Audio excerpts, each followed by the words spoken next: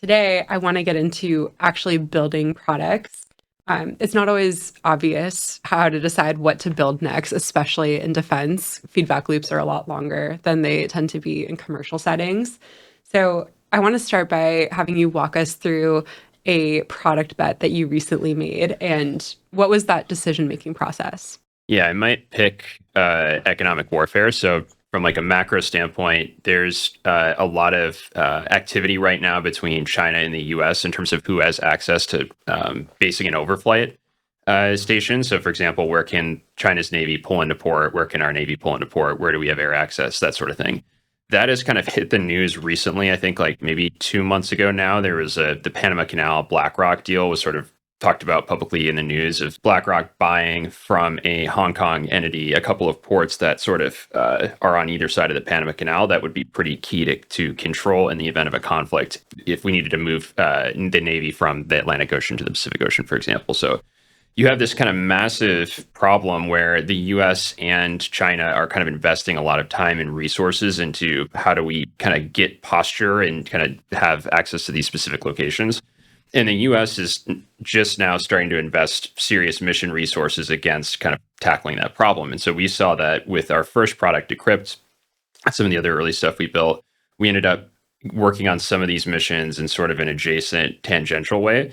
But that gave us some like domain context of what was happening on the ground for that domain. And then recently with the new administration, economic warfare has risen to like a top, I don't know if it's top two problem for them, but like a top five problem for certain people in the administration and in certain senior roles. And so we started kind of hearing about what the plans were, saw sort of a macro shift in the budget for how much money is going to be put on that mission. And then also knew from kind of on the ground experience, like where the gaps were from like a product and technology standpoint, and had pretty high conviction that we're probably the best positioned company to kind of build some specific things for that area. So I think for that new product bet in general for us, it's about having unique kind of mission or domain knowledge and then combining that with some BD thesis that can tell you a lot about where to bet from a new product standpoint. Do you have any examples of a product bet that you made over the course of Vannevar's lifetime that failed or just didn't work out as you hoped? Oh, 100%. Yeah. So I think like our first product was like kind of pretty much a disaster, largely due to me making a bunch of mistakes. But we've told this story a bit before, but the first problem we bet on was a counterterrorism problem that Nini and I had some personal experience with prior to Vannevar. And we picked like this very niche component of the problem, which is around Arabic optical character recognition, so being able to recognize and pull out Arabic text from image files. And we spent all of our engineering points on that product for like a long time, and like probably 6 months or so. Just adding feature after feature, like making the thing like increasingly complex with the thought that, okay, it's not feature complete. That's why people don't want to buy versus like, hey, we're not actually tapping into an important mission problem. And so that's like one example, but we make mistakes like that all the time. That's kind of just part of like making new product bets is you're not going to have 100% hit rate. That's the second thing that comes to mind for me, which is like a mistake that we sort of pivoted and was useful. Was around information operations. So understanding sort of what's going on in the information environment. We built a feature that turned into like a product that was standalone that then had users and then became like crazy complex. And we spent like 14 months supporting, where in the first month or two, we knew after releasing that product that actually the thing that we were building was a smaller part of the problem. And we actually needed to build something radically different in order to own, the amount of that mission that we wanted to. And we kind of got in a trap of like investing, as opposed to what we probably should have done, which is like shut that down and then spin something new up. But yeah, in each of these cases, it's just all about like getting the benefit of learning and like iterating. But yeah, you can get trapped around iterating on like a local maximum versus like a global maximum. I think that's like the most common mistake. And what are some indicators that someone might be iterating around that local maximum? Yeah. Well, a good indicator that you're not iterating on any maximum is like nobody wants to use or buy your product. I think that's like a pretty good indicator. So what that looks like is, like you're doing demos, nobody actually wants your thing, nobody calls you back. You can't sell what you're building. That's sort of the Arabic OCR use case for us. iterating around a local maximum is like a little bit harder to discern. That's maybe you're actually like getting users. So the reason we didn't shut that product, that the other product down that I talked about, is we had users that were using it like actually somewhat regularly. But what they were using it for was like an extremely narrow use case, and we weren't going to be able to convert that usage into like a broader sales motion for us. And so I think in that case, that looks more like you have users, like people actually want, like maybe you actually have strong internal advocacy. We also have people on our team that were like, hey, my users love this. We can't shut this down, even though, because for them, it's like helping them with their deployment. But from like a macro standpoint, investing engineering resources is not the highest ROI thing we could have done there. So it's a little bit more difficult to pivot away from like the local maximum. But I think, both, it's very easy to make mistakes in both categories. It's like, especially the first time you do something like this. How do you handle that situation where there's asymmetric demand between end users and then actual buying entities? Yeah, you kind of just have to make hard calls. I think like there are, and it's like pretty nuanced actually. So there are situations for us where we may have a product that only has maybe 5 or 10 users, and maybe they don't use the product that infrequently, but when they use it, the impact to their mission is so disproportionate that we actually don't care if like the daily active usage number is low, and we also don't care if it's only used by a small number of groups, because we can take those mission wins and that momentum and apply that to a bigger program that's worth it for us. But there are instances where that's not the case. For example, this like small feature, we were making an impact on the mission, but it was maybe like a plus 5 or 10% impact versus like the other product where it's maybe like a 5x or 10x impact on the mission.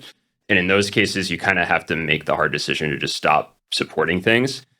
I tried to do that for that particular product a lot earlier, but I was like, I got a bunch of pushback, and I was hesitant to kind of come in super top down and make it happen. But in retrospect, that would have been the right decision. And I think I'm a little bit more, I push a little bit harder on that now, not necessarily in terms of killing things outright, but in terms of where we move resourcing, if that makes sense. Yeah, I guess on the flip side, like, have you ever been so convicted by a product or a product idea that just felt like the future, even though there was not necessarily demand there? And how do you deal with that? 100%. Yeah. So I think part of the 0 to 1 product journey that is difficult is like you need like the person who is like deciding to do the new thing. You kind of have to be a little bit crazy, and like you have to have a lot of conviction and be a little bit crazy, because you're oftentimes not going to have enough information to justify the level of conviction you have. You may have like, but the most important thing is being right about the mission problem, and like understanding that and having conviction against the mission problem, not your particular solution. And so that's what I have tried to evolve myself into doing now when I'm making a bet that I'm excited about. It's about the mission problem. It's not about the specific solution. And I try to kind of encourage people on the team that way. There are examples of this now. Like we're thinking, like there's some offensive cyber stuff we're thinking about internally right now. There's also some like platform, like RF type collection stuff that we're thinking about now.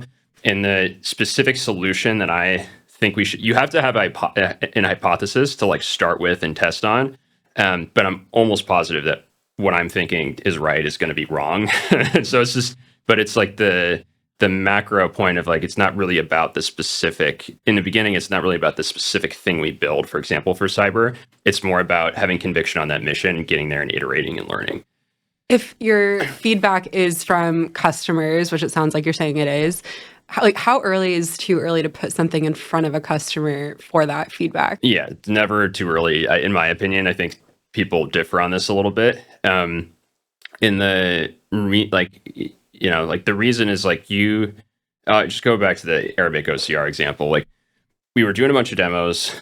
That was good. We were not having anybody wanting to buy our stuff. That was like not great, but we were also investing engineering resources against the problem. In a better way to do that is to not, like, we shouldn't have built anything. Like we could have gotten all the information we needed from users with like PowerPoint, like Figma mockups and like a demo video that we hacked together, instead of investing like months of engineering time. And I think that is more like when you're really early on the 0 to 1 phase, you're using user feedback to try to just understand the problem better, and oftentimes you can get that information without doing any engineering. And so like you should be testing with users like before you've built literally anything, like preferably if you're able to do that. Sometimes you're not, but yeah, earlier there's never a time where I've regretted going on a base and like showing somebody something, even if it's like doesn't like barely works, or it's like very feature limited, if that makes sense. What do you think is the best way to structure a team where people are comfortable making those new product bets? It's like a hard job. It's like not everybody, I think, is going to want to do that or be able to do that. Like what's really required is you need somebody with conviction and the right mission context and some intuition on what to build. And that can come from like different backgrounds. It's not like one background where that comes from. That could be like an engineer that has that conviction. We've had stuff invented by engineers on the team that has been awesome. And I initially heard the idea and I was like, no way, like that's not that's not a good idea. And then they build the thing and it's like it gets a bunch of users and generates a bunch of mission wins, and I've been wrong. And so it's more, I think about it more as like finding people with conviction that have the right domain experience for the problem that they're trying to solve, and then letting them, like enabling them to make bets, even when people disagree, including myself. I think that is like the most important thing. If you try to do like invention by consensus, it's like not going to work. Once you have like a 0 to 1 product that like starts to get a little bit of traction, then it becomes really important to have like a, not just the product person, but also like some sort of BD or customer facing person enabling that team to have a bunch more customer meetings and try to sell the thing, and have that team sort of iterating and working together. You kind of earn the right to do that, like the further along you get. But at the beginning, I think it's like enable people that have conviction and the right experience to make bets. I want to talk about making a bunch of new bets for a minute, because we're at a point in Vannevar right now where we're starting to think about the next big swings that we want to take from a product standpoint. But like, how do you know where to draw the line between a portfolio of shots on goal versus like concentrating a few big bets? Yeah. So in defense, I think it's true that like your revenue or just like the sales that you have is going to be determined by like a relatively small number of things that you work on. Like there's a small number of deals that determine most of your revenue every year. And in my opinion, those deals are driven by like a small subset of the products that you're working on. So I think it's kind of like, and it's also true that in defense, you have to be inventing new products and new business units like all the time in the growth stage, especially not really when you're like totally 0 to 1 seed stage. Your goal is just like build one thing that works and like sell it to anybody. That's like super hard. But once you've done that, then your goal is like, okay, how do I open up multiple business units and kind of build multiple products that support these business units? You're trying to figure out like over the course of a year, kind of over the course of like 2 or 3, like slightly broader over 2 or 3 years, but really in the course of each year, like what do you think? Like what do I think, or what does Scott or Nini, or what do we think like the top few things that are going to matter are from like a deal standpoint and from like a product standpoint? Like it's kind of trying to feel that out and then investing in making sure we knock those out of the park, while also again, like supporting people and enabling people with conviction to keep working on the things that they have conviction in, because sometimes we're going to be wrong about what we think the things are that are going to drive impact in that given year. So it's very much like a jazz, like on the fly, like you're kind of figuring out how to do resourcing in these things. Like, but I think it is true in defense that like you have a small number of deals that are going to generate most of your revenue, and you have a small number of products, usually like relative to all of what you're working on, that drive like the impact on those deals. Are there other ways in which your approach to building products has changed as the company has gone from, you mentioned like being Series A and, just focusing on one thing versus now post Series B, more growth stage? Like, are there other ways that your approach to building products has changed? I think I'm not particularly good at like scaling products that are working. And so that is like that's where like we have like some really good VP of engineering people on the team that are like really good at that, and sort of like empowering them to run with like roadmaps and how they want to roll with things, I think is really important. I think the main change is focusing on finding high conviction people and empowering them. And like, for example, for the RF sensing bet that we've made, that is 99% not me, perhaps 100% in terms of like, and that's awesome. Like there's like a few people on the team that have been running it from like zero, and are learning a lot of the things that like, we learned in the earlier days, and but are able to do it a little bit quicker because they're surrounded by more support. And I think that is like how we're going to need to evolve. It has to be a broader set of people that are making new product bets than just, a couple. Which one of our new product bet areas are you the most excited about? Yeah, I like a lot of them. I think like the things that are most exciting to me right now are probably ones that open up radically different verticals than we're already in. And those to me right now are probably cyber and probably RF sensing. For cyber, we've kind of done some things that have, are cyber adjacent and have enabled like certain types of operations with groups. And so we have some domain expertise and some user access and some reps at doing things there, which is great. We can build on that. For RF sensing, it's like wildly new for us. And it's not just about like sort of, we're getting some reps at, okay, what does it mean to like actually build and prototype hardware and deploy that overseas and make sure it works in austere environments? All that's like super important. We're also kind of developing expertise in like platforms a little bit, because we're putting these things on different platforms, and we're kind of learning about like what's in the market, what works, what doesn't work, what are like the requirements for some of the groups that we're working with. And I think RF sensing is interesting to me, not in and of itself, but because it's going to enable us to make more bets in like adjacent spaces. So I think those two are interesting to me right now. Beyond domain expertise, is there anything particular that you look for in product leaders when you're hiring for that type of role? Such a hard role to hire for. I think for new product leaders, everybody has been grown internally to this point, pretty much. I think for the key things for product leaders, I think, are your ability to understand, like decompose and deeply understand like mission problems and prioritize, like bet on what mission problem you're wanting to solve. That's probably number one. Number two is like the ability to work with engineers to like get things going and test things and like deploy those things to users. And then the third thing is more like a BD function, like the ability to be compelling in customer meetings, but also partner with BD and customer facing engineers to like work together on deals.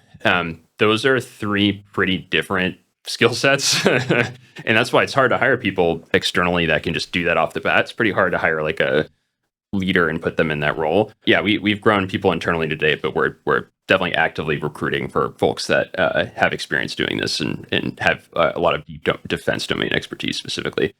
Is there any area that Vannevar would never try to innovate in? I think we should only make new bets in places that are maybe like one hop adjacent to us. And that can mean from a technology standpoint, we know, some things about a problem, and maybe we have because of that, we have some unique insight in like a tech area over here. That's to me is like a one hop, or it can be within a customer group.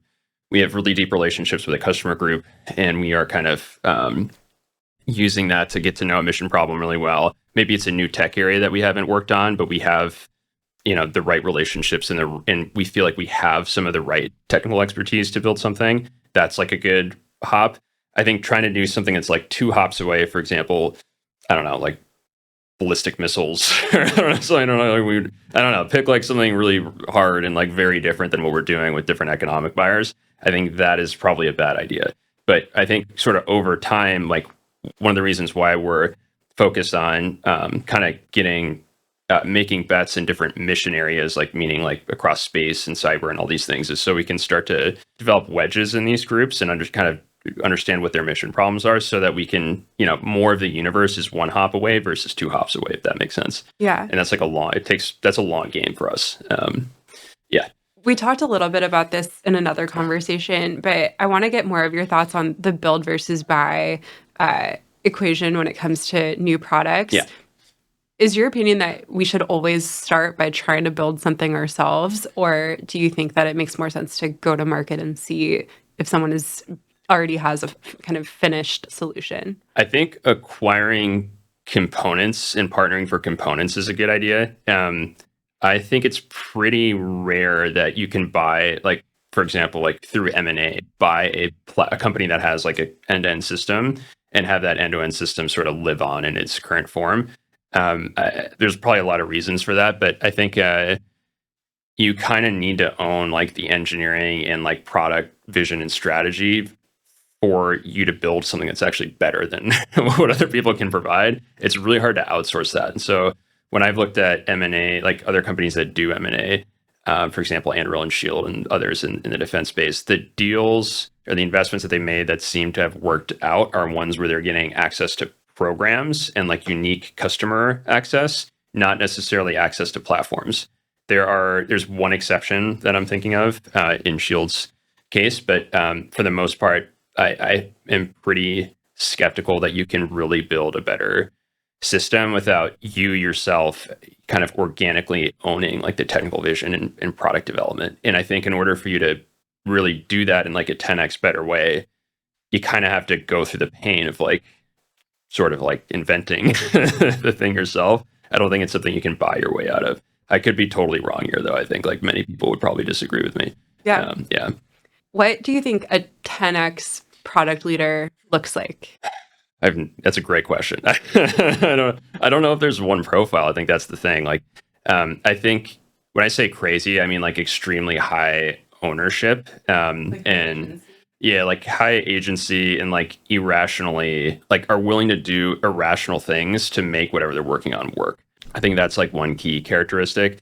I think the other is just like good product leaders, I think, are way more outward focused than they are inward focused. This is something that I think is very obvious when you're in a startup and you kind of like see this. But if you haven't worked in startups before, like you don't want a downward focused product leader that's focused on like process and engineering, and like you want people focused on the best product leaders, especially for 0 to 1, are going to be like almost 100% outward focused, like talking to users, talking to customers, going on site, obsessing over like understanding the mission problem, not obsessing over like, the process or whatever for how we build the thing internally. And I think the other thing that's key for product leaders, I kind of already mentioned this, but is like you have to be you have to be really active from a business development standpoint. I don't know if this is specific to defense or not, but you're not going to know if you're on the right track unless you are trying to deploy and sell your thing like all the time in partnership with BD. It makes it way harder to know